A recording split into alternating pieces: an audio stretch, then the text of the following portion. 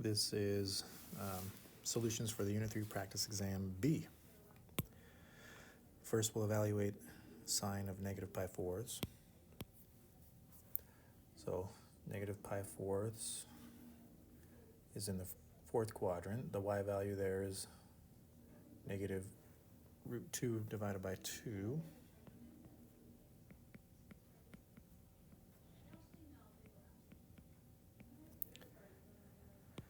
So then to evaluate inverse cosine of negative root 2 over 2, the way inverse cosine is defined is in quadrants 1 or 2. Since this is negative, we turn to quadrant 2.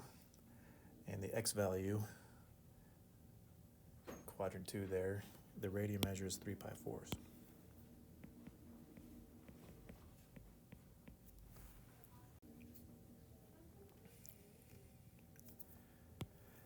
All right, finding this missing angle here is going to use an inverse trig function, and since we have the opposite and adjacent angles here, we can set this up using tangent. So tangent of theta is equal to opposite length divided by the adjacent length. So then theta itself would be the inverse tangent of 7/5, and we want to do this in degrees. So this would be roughly 54.5 degrees.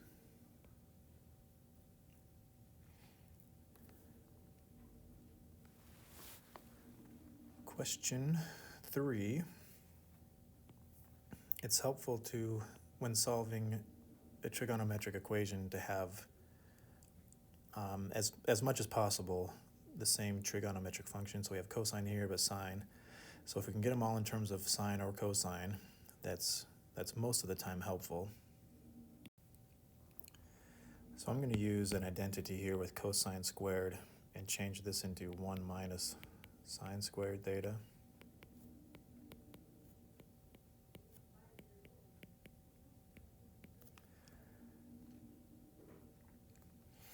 And then add both of these terms to the right to get 0 here. So this would be 2 sine squared theta. And then to subtract 1.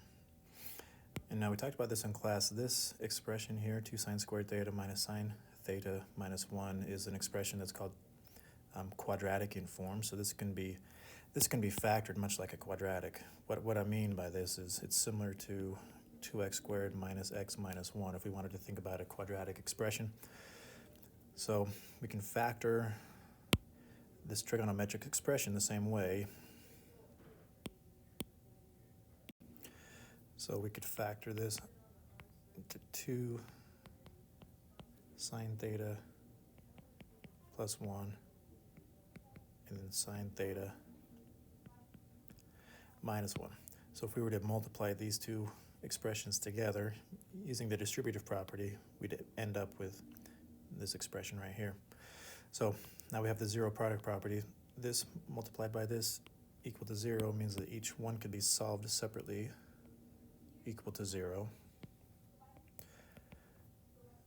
So if we set the first factor, 2 sine theta plus 1 equal to 0, and then the second factor is sine theta minus 1 equals 0. And solve these. Solve this one on the left. If we subtract the 1, divide by 2, we're going to get negative 1/2. So sine theta is equal to negative 1/2. This occurs 2 different times in the unit circle, where we have a y value of negative 1/2. It would be at 7 pi over 6 and at 11 pi over 6. Now the general solutions would be plus 2 pi k after each of these, but since we're restricted to 0 to 2 pi, I'm not going to add the 2 pi k to each of these, because adding 2 pi would to 7 pi 6 or 11 pi 6 would go beyond obviously 2 pi. So I'm just going to keep those two. For the other solution, we have sine theta is equal to 1. This occurs when theta is equal to pi over 2, technically plus 2 pi k, but again, that would take us out of this bounded region of 0 to 2 pi. So the solutions, the three solutions to this are right there. Question 4. Going to divide both sides by -6. So this -3 over -6 becomes a 2 in the denominator.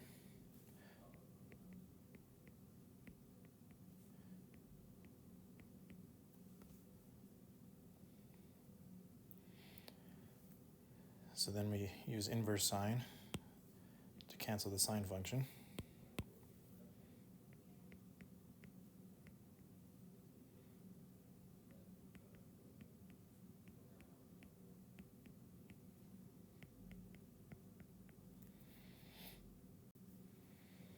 In the inverse sine of square root 3 over 2, this occurs at pi thirds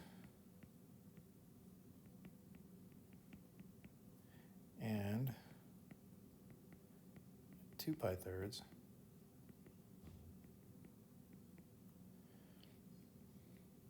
So when you divide by 4 here, we're going to get pi over 12.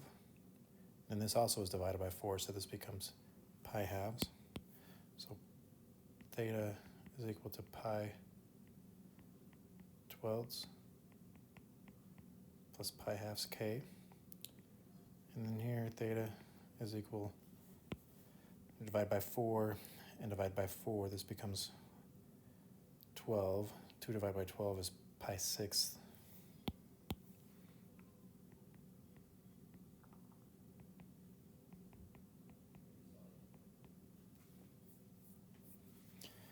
So in both cases, when k is equal to 0, we have pi 12ths and pi 6ths.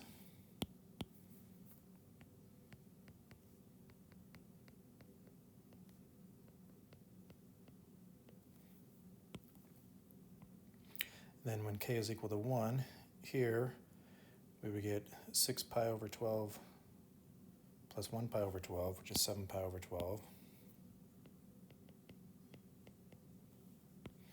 And then here we would have 6 pi over 12, or rather this needs to be in terms of 6. So this is going to be 3 pi over 6 plus 1 pi over 6, which is 4 pi over 6, which is 2 pi thirds.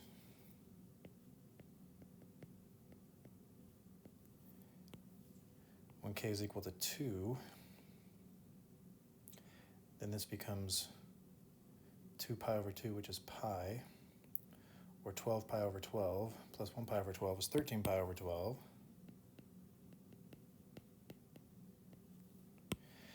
Here, when k is equal to 2, this becomes pi, or 6 pi over 6, plus 1 pi over 6 is 7 pi over 6. When k is equal to 3, we have 3 pi over 2. And we get a common denominator, 3 pi over 2, multiply the numerator and denominator by 6, so we get 18 pi over 12 plus 1 pi over 12 is 19 pi over 12. When k equals 3, again we have 3 pi over 2, which becomes 9 pi over 6 plus 1 pi over 6 is 10 pi over 6, which is 5 pi thirds.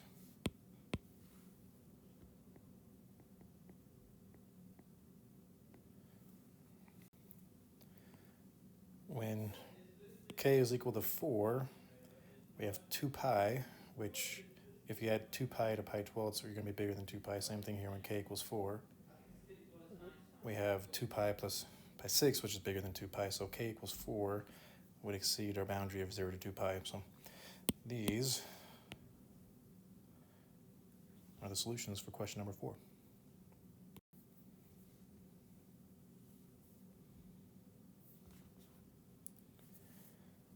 For question number 5, we're supposed to find the measure of angle B.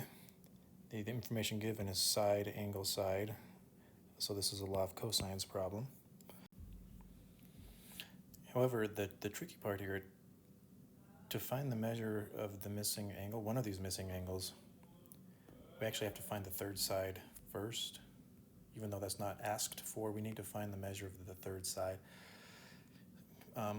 because in order to use the law of cosines to find a missing angle measure, you have to have all three sides. So we need to find first the measure of side A.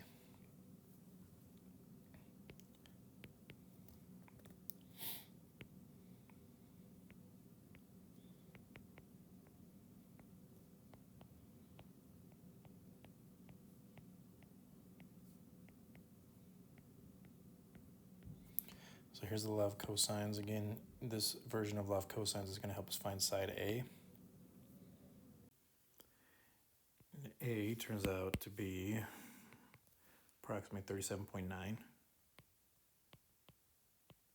centimeters. So now that we have all three sides, in order to find the measure of angle B, we can actually now use law of sines, I suppose. We have angle side side or side side angle. That could be the ambiguous case, so I'm just going to stick with law of cosines. So if I want to find the measure of angle B, I'm going to start the law of cosines formula with the side across from it. So using 25 squared.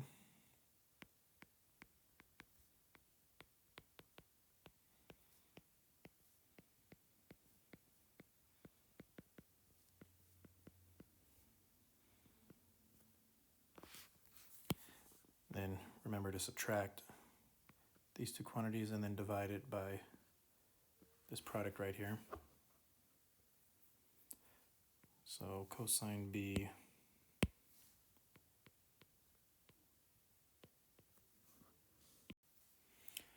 is around 0.7548, which in turn, if you use inverse cosine on both sides, we get B is roughly 41 degrees.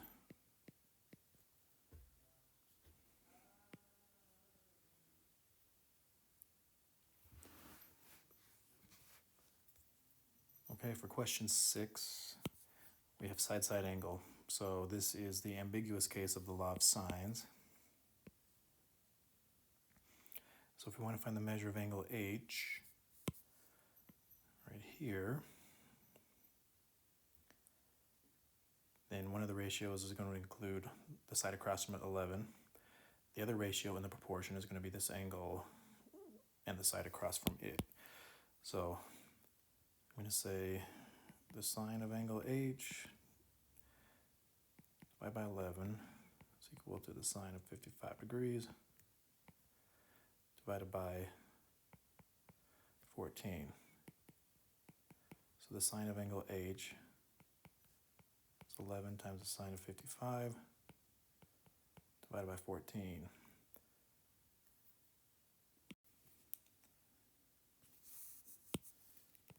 So calculating this quantity is about 0.64. If you do inverse sine of 0.64, that's roughly 40.1.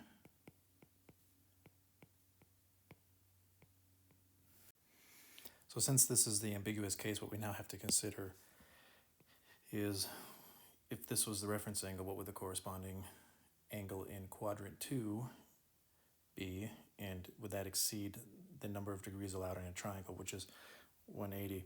So the other angle this could be is 139.9. So remember, if you remember in class, the way we determine if this second angle is valid is if you add this alternate angle plus the given angle. If it's bigger than 180 just with those two angles, then that would be an impossible situation in a triangle. If you add this alternate angle plus the given angle and it's less than 180, then there's still room for a third angle to form a triangle. So if we have 139.9 plus 55, that exceeds 180. So this alternate angle, we don't need to consider this alternate angle. So we only have 40.1 degrees.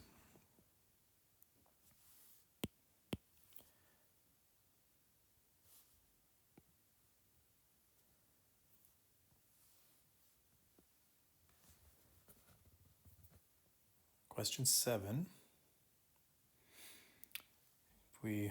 Sometimes it can help to visualize just some random triangle. If we have angle B is 53 degrees, side B is the one across from us, that's 30. If this were angle A, then the side across from it would be 33. So what we have is another side-side angle situation. So another law of sines, the ambiguous case. So we can use the given information to find the measure of angle A, and there might be two possible angles for angle A. So let's say sine of angle A divided by 33 is equal to the sine of angle B, which is 53, divided by side B, which is 30. So sine A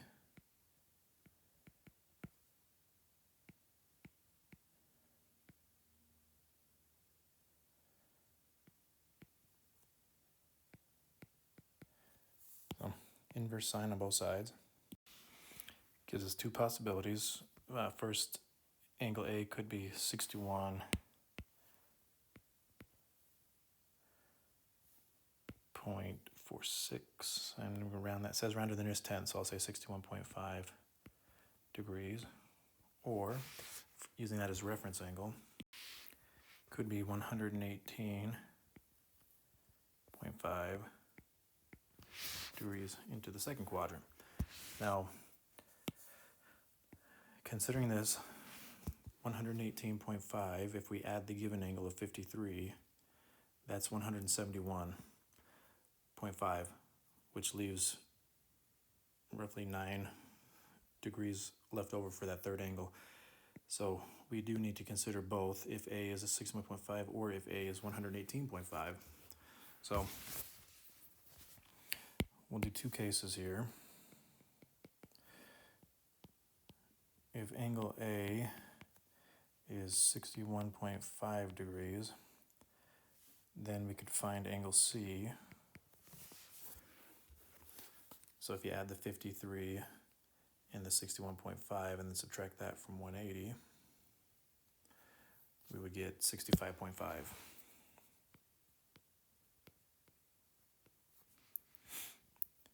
Now the only thing left to find would be side C. So we can find side C using law of sines again. So let's put it on the top. So side C divided by the sine of C, which is 65.5. Then we could use side A, which is 33, divided by sine of A, where A would be 61.5.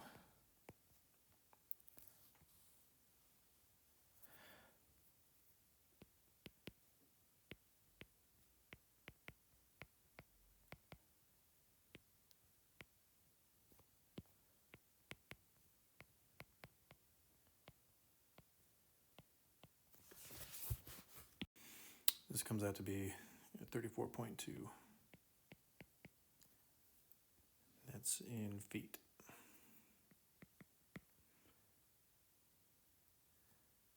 So over here, if A was 118.5 degrees, then angle C is 8.5 degrees. And then we can solve for the length of side C using the same law of sines formula. But this time it's going to be side C divided by sine of this angle C.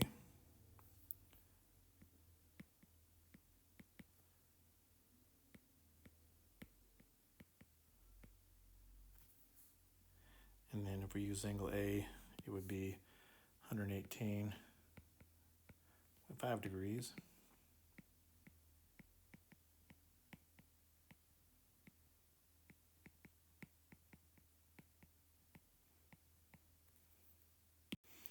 So this would give us a side C of about 5.6 feet.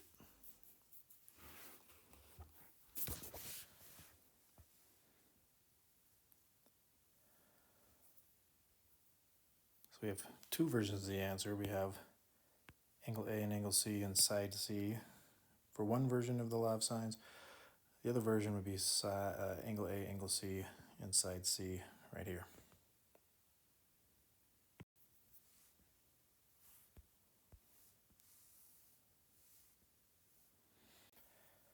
Finding the area of a triangle when we have side, side, side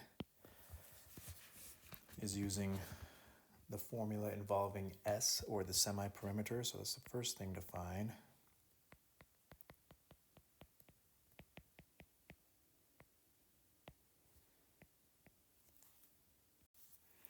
This is 16.25. So then the area is the square root of 4 quantities multiplied together. So the first one is just S, 16.25. The second factor is S minus one of the lengths of this triangle, so it'd be 16.25 minus 4. And then it's, excuse me, 16.25, subtract another length of the triangle. And then finally, 16.25 minus the final length. So I'm getting 27.99, which is roughly 28 square miles.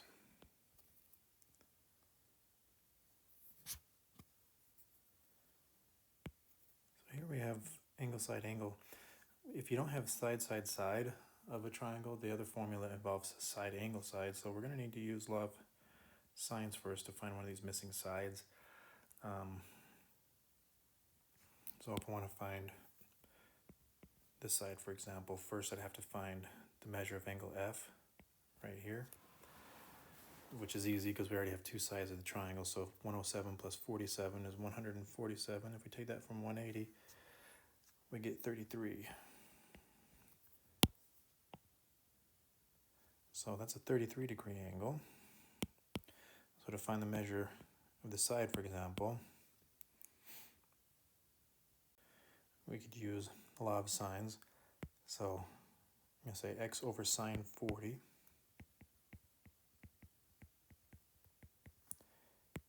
is equal to 5 over sine 33.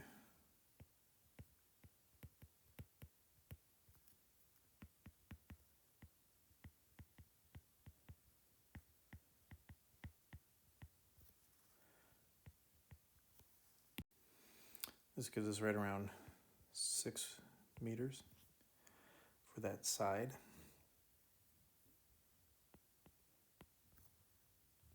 So now if we want to use the area formula that involves side angle side, we would use this side angle side right here. So the area is 1/2 times the product of the two given sides, so this would be 6 and 5, times the sine of the angle included between them, which is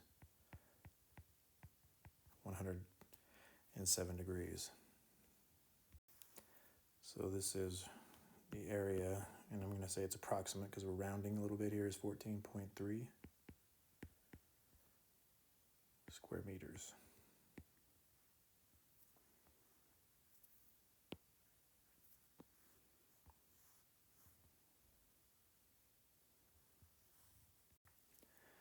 Okay, so we'll say there's a lodge,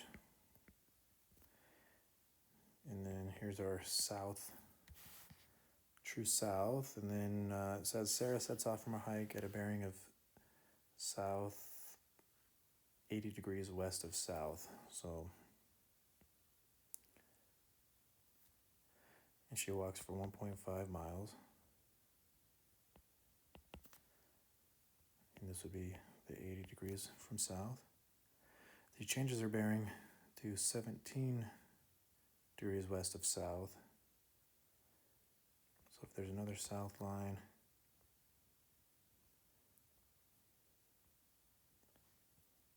this is going to be 3 miles, and that's 17 degrees, 3 miles.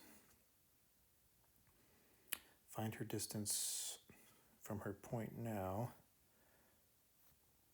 to the lodge, which would be that distance right there. So what I'm going to try to do is find the measure of this angle right here on this triangle. I've got part of it, 17 degrees. So if I draw the east-west line here, we do it in a dotted line.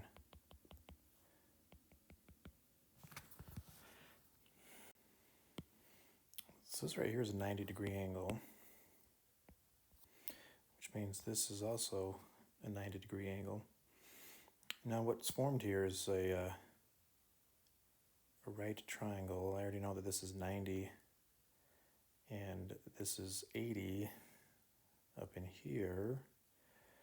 So 90 plus 80 is 170, so that leaves 10 degrees. So if this is 90 plus 10, that's 100, plus 17. So if I call this, I don't know, point A, the first part of her hike, and then this is part B, the second part, the angle at point A is equal to 117 degrees. So now I've got side angle side. I can find the distance from point B back to the lodge. If it's side angle side, I can use the law of cosines. So I'm going to call this side A, then A squared. Just going to use the law of cosines here.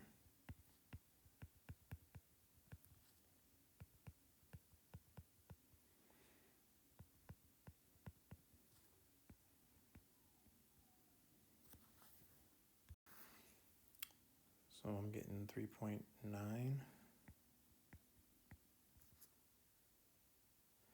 It says now nearest 100 is 3.92.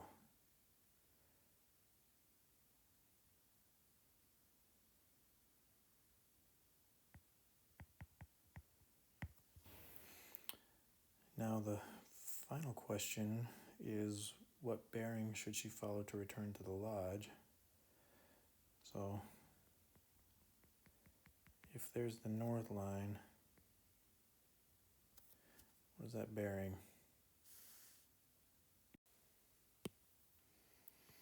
If this here is a 17-degree angle, then this angle right here is also 17. It's pretty much the same bearing in the opposite. If you went south with west of south by 17 degrees, that's north east of 17 degrees. So this is 17, this little piece is 17, which means I just need to find this little angle. I need to find the measure of angle B. So now that I have all three sides,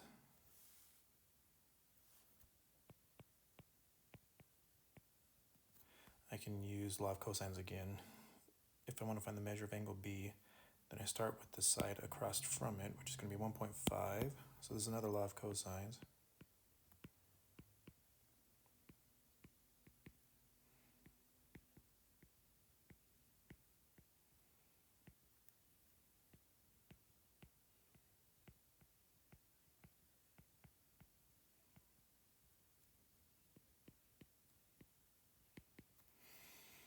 So to isolate the cosine of B, I'm going to subtract 3 squared, subtract 3.92 squared, and then divide by this product right here.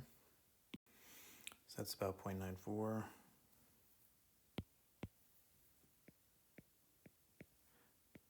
Inverse cosine on both sides gives an angle for angle B of 19.89 degrees. So if angle B right here is 19.89, and then this little guy right here is 17 degrees, same as that one, then adding 17 degrees to angle B gives us a bearing of 36.89. It says round to the nearest tenth, so 36.9. So the bearing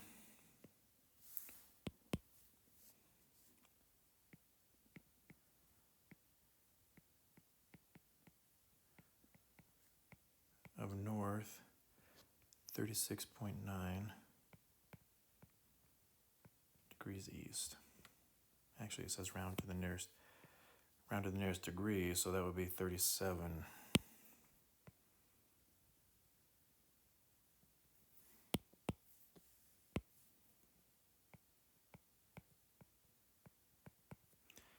east.